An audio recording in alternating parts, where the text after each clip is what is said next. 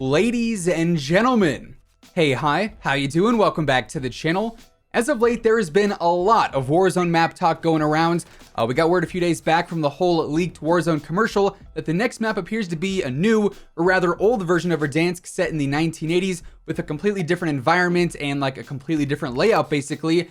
And at the time, that was a complete surprise to us because for months now, we've been talking about how the next map was rumored and leaked to be a Ural Mountains based map with some of the fireteam locations from Cold War's Dirty Bomb mode.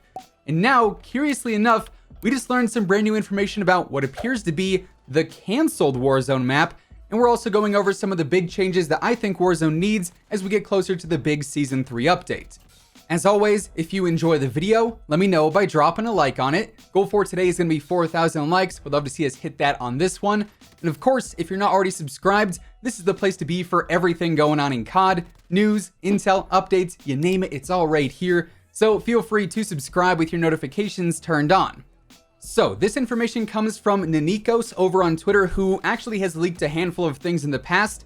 But this one is especially interesting because at this point, it's pretty much all but official that this won't be the next Warzone map. But at one point it may have been in a really strange way. More on that here as we get later on into the video.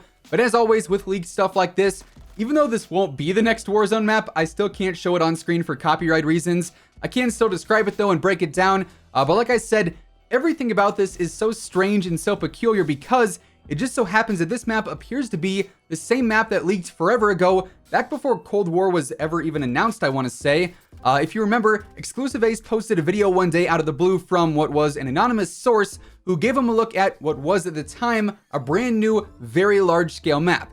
And we initially thought that was going to be meant for Warzone, right? It was going to be the next Warzone map. And this area had a large snowy part with some ski slopes. There was a large lake involved on it. There was a large radar area, a forest, and you may sort of see where it's going here. This was in fact the fireteam maps mashed up into one larger environment, the Ural Mountains. The ski slopes area was of course Alpine, the lake area was Sanatorium, the radar area was the Duga, and the forest area was Ruka. That rhymes. Anyways, obviously, we've seen all of these debut as fireteam maps individually, with the exception of the Duga, and it only gets more convenient for the idea of the fireteam maps making up this new environment, because this map also features the zoo area, which was leaked a few weeks back as a new fireteam map. This map also features Golova as well, which of course is a new fireteam map that we got with Season 2. There's also an area called the Mines, which looks to be like this really sandy area. And a few weeks back as well, we also got a new leak for a map called Dunes, and this sort of, fits the description of that pretty well. There is also a chemical labs area, a place called Battery, I think it says, then a weather station. And the kicker here is, like I said earlier, this apparently is the exact same map that was leaked back to Ace forever ago. Meaning the map hasn't changed at all, it wasn't updated at all in the time since this leak. It probably wasn't even looked at if I'm being honest, and there apparently is a reason for this. VGC, or the Video Game Chronicles, who has leaked and revealed a handful of previous Call of Duty related things, including Warzone as a whole, said that basically when this map was made, there was no guarantee that Warzone was going to become the biggest battle royale on the market for some time. So this was like sort of the backup option, if you will, and Blackout 2 or Blackout 2.0 was going to be like the fallback if Warzone ended up flopping, and chances are this would have been the brand new Blackout map. But of course, as we now know, Warzone took off, it went straight to the moon, and became bigger than I think anyone ever thought it would be, and thus, Blackout 2 was never needed, although it would have been pretty cool. I think both Warzone and Blackout have their flaws, but each also were incredibly fun in their own unique ways. But alas, Blackout 2.0 was never a thing, and in turn, this new map, the Ural Mountains area, was never needed, and that's when I assume they probably decided to go the whole Outbreak route, and now we have this area in play for the mashup maps in Outbreak for Cold War, and also just maybe in the future for some other Treyarch games as well. We're gonna have to wait and see for that, of course.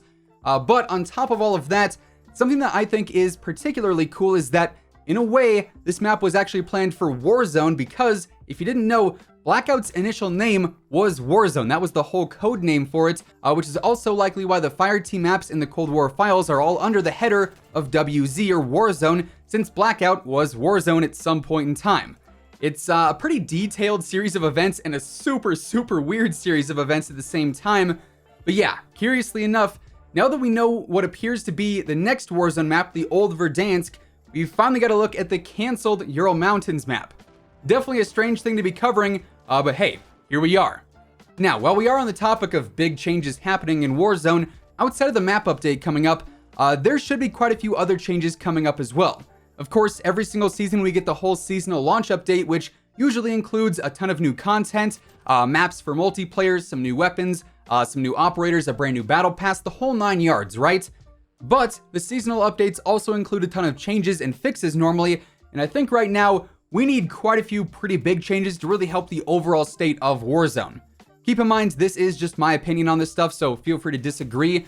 But going off the comments on my videos or over on Reddit or on streams or on Twitter, wherever, I think that a lot of these are, generally what people want to see. First and foremost, we got to talk about weapon tuning. The mid-season update or the Season 2 Reloaded update didn't even come close to shifting the meta. We all thought it was going to be a big update that changed a ton of things. Alas, it was not. But right now, the FFAR is still the best close-range weapon in the game. We have an assault rifle that is the best SMG. The AUG is still an insane sniper. The M16 is pretty much going to be the AUG 2.0 if it doesn't get adjusted right alongside the AUG. So these three weapons are really taking over Warzone in almost the same way that the DMR did back at the start of Season 1. And I think it's pretty obvious that these got to change big time. I think on the FFAR, we need some kind of damage decrease for close range fights, and then maybe even a velocity decrease as well. Then the AUG and the M16 just need some really big damage drop-offs added on, I think.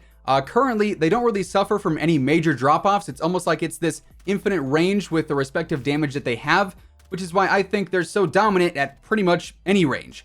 But add those changes in, and I think that opens up the meta quite a bit.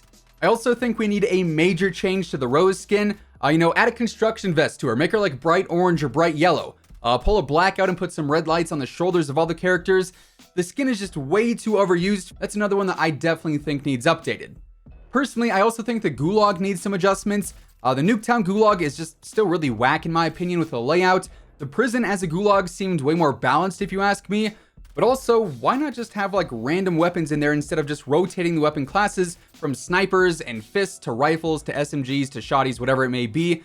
If we just had this constant large pool of weapons that changed every season with some new blueprints and whatnot, getting fist 5 times in a row probably wouldn't be a huge issue.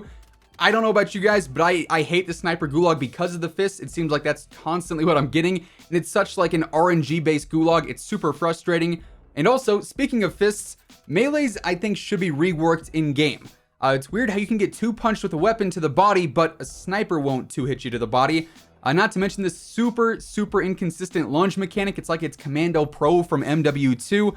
That's another one that always gets me going. It's wild how you can punch, or be punched in my case, from 8 meters away at times. Just a really unbalanced mechanic in my opinion.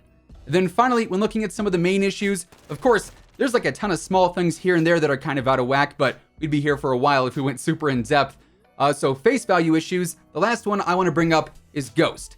It shouldn't protect you when you're standing still. The fact that 3 UAVs at a time, aka an advanced UAV, still hides ghosted players is crazy to me. A free perk ends up countering everything. There is no real way to counter Ghost unless you're talking about the actual advanced UAV from the whole zombies machine, which is not a guaranteed item, unlike Ghost, which is thanks to free loadouts.